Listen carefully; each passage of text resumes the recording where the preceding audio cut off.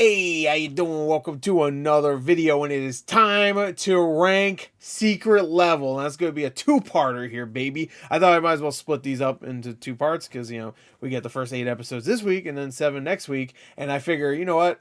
We could do 8 here, talk about them, and then 7 next week. And, as the 8 are still fresh, so I can, talk about them, whatever. And also, it won't be me discussing 15 episodes in one video because I'm sure nobody wants to see that. So anyway, someone already did a secret level ranking episode thing on Tier Maker, so shout outs to user Mike this one, shout outs. Anyway, so I was gonna put an F tier here because there's only S, A, B, C, D, whatever, but thinking about it, the first 8, I don't think there's gonna be a single F for me.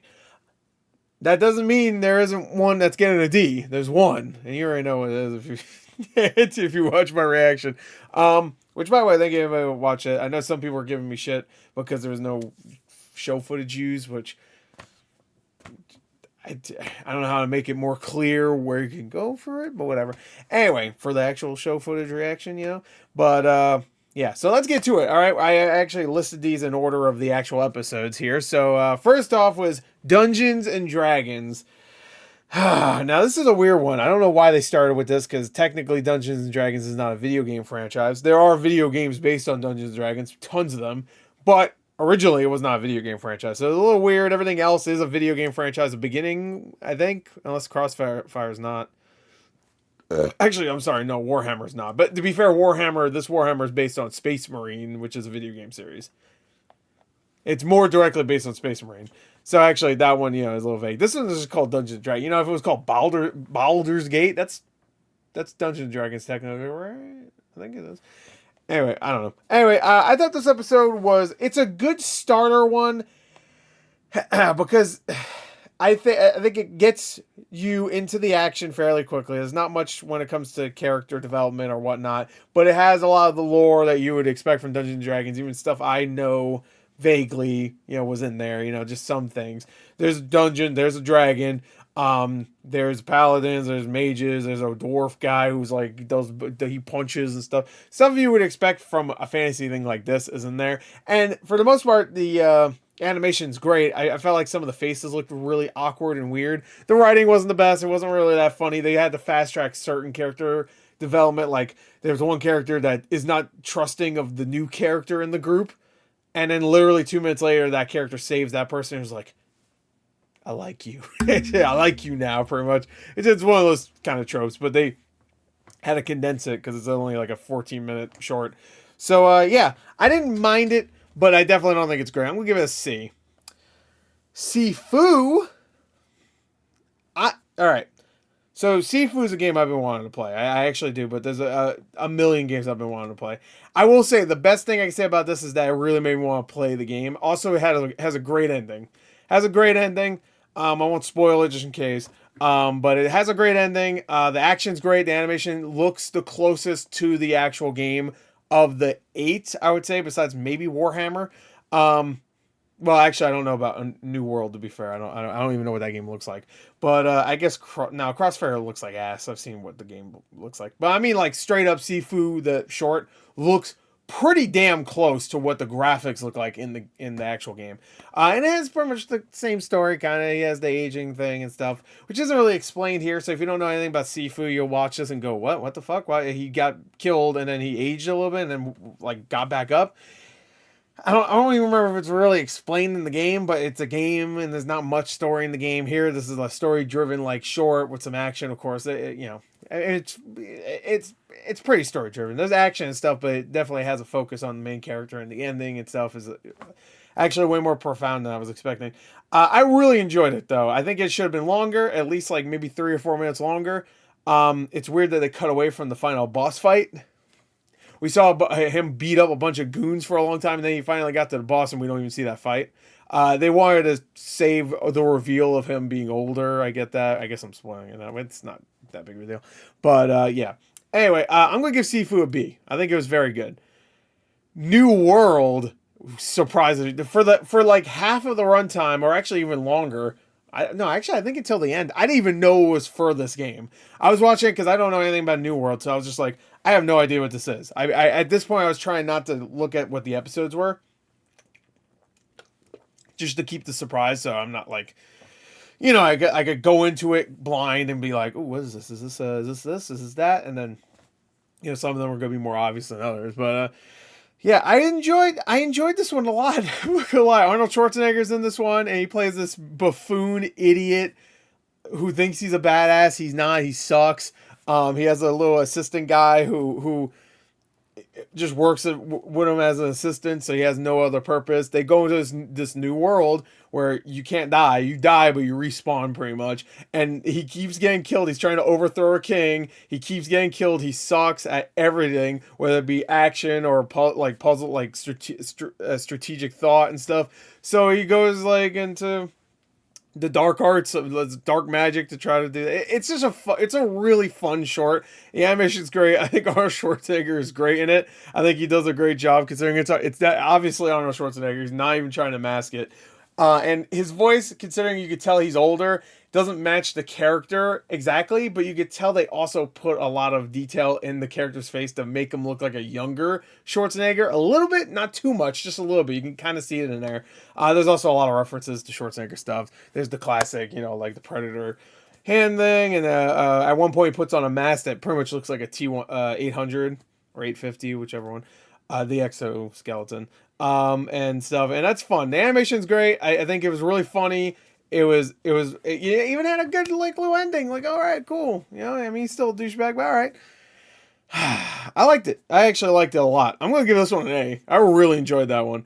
Unreal Tournament was really cool. I will say some of the action got a little drawn out. I will say, like, it was just like, okay, some of the action was a little bit too much at times. It wasn't like flashy enough for me to be like fully invested in the action, but I was invested in the story. It's about a robot uprising pretty much with the tournament setting there, of course.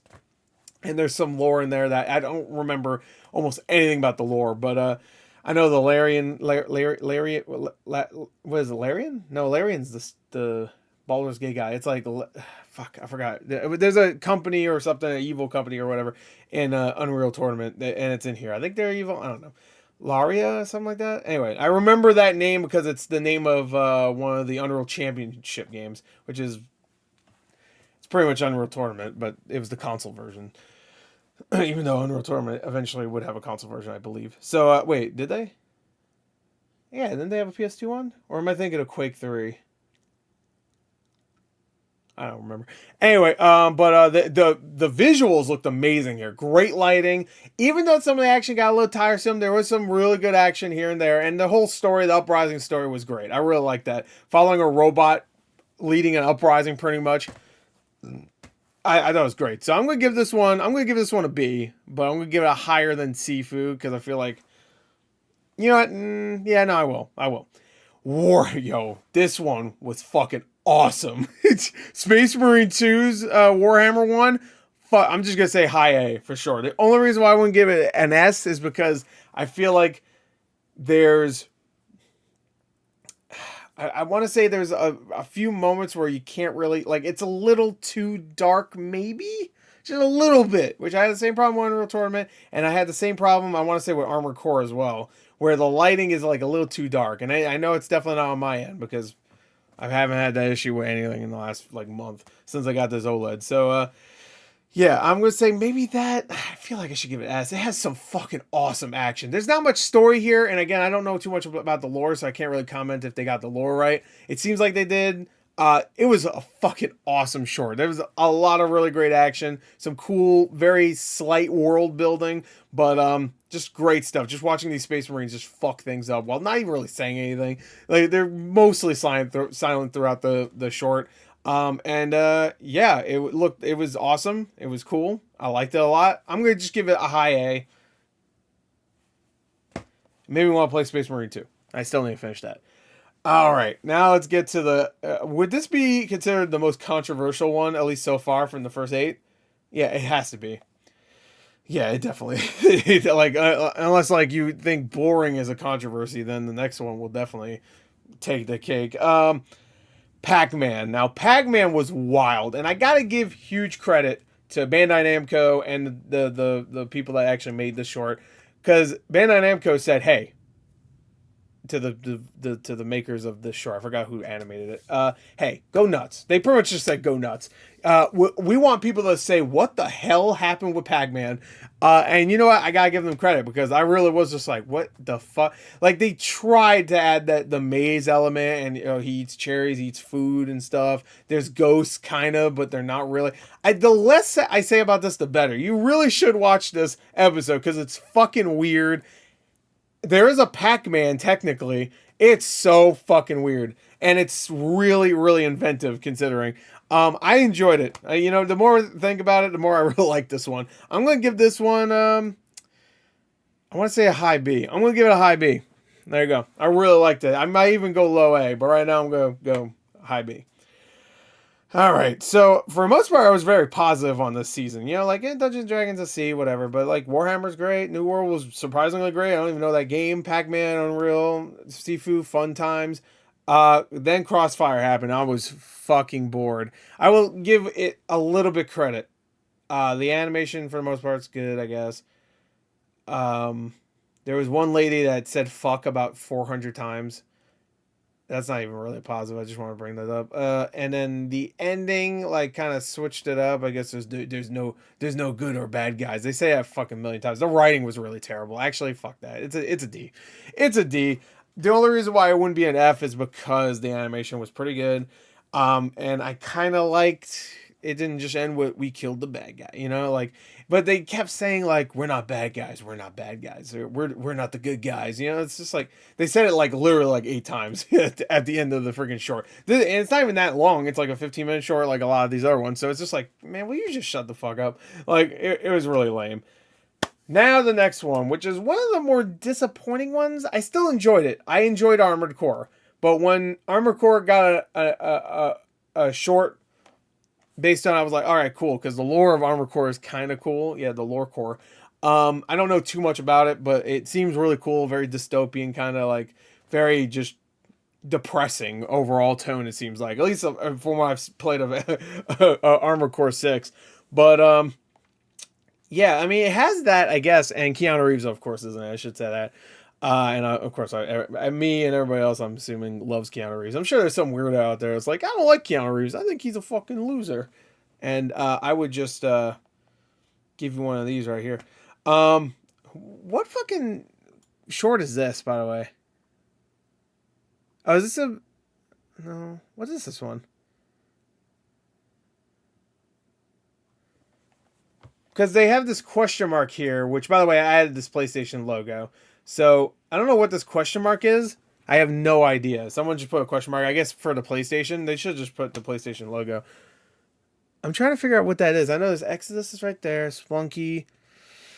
Concord's right there. Mega Man, of course. I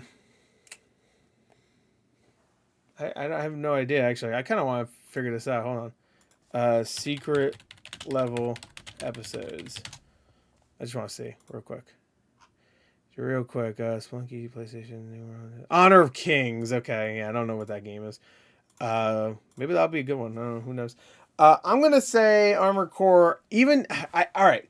It was just too short. I feel like it was. Keanu Reeves was just yeah, I'm a core guy. Or I forgot what they call him. I'm going to do a job. And then there's kind of a mystery about what's going on with these guys he's fighting, because they have life signals and they're better than him or something like that. But then you find out they're kind of I can't remember if they were clones or they're just put through the same thing. Doesn't matter. It's really short, but it has some cool stuff to it, great shots. Animation's fantastic. It looks really good. The animation, I mean, the lighting is great. The action's pretty good. It has all the armor cores, so they swap all the weapons and stuff. So it's still cool. I was a little disappointed. I'm gonna give it a low B. I might even go C.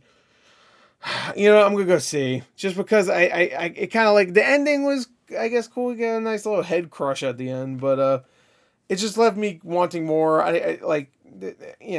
And maybe that's for the best. Makes you want more. But right now, I just felt still unsatisfied.